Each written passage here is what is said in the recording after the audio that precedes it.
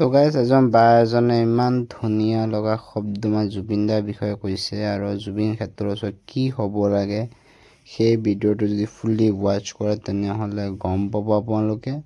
আৰু আশা আছে ভিডিঅ'টো চাব আৰু কেনেকা লাগিছে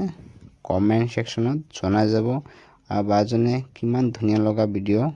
মাজত কৈ গৈছে চাওক আজি অসম চৰকাৰক জুবিন দাৰ বাবে এটা অনুৰোধ জনাম প্ৰথমতে এই ভিডিঅ'টো চাওক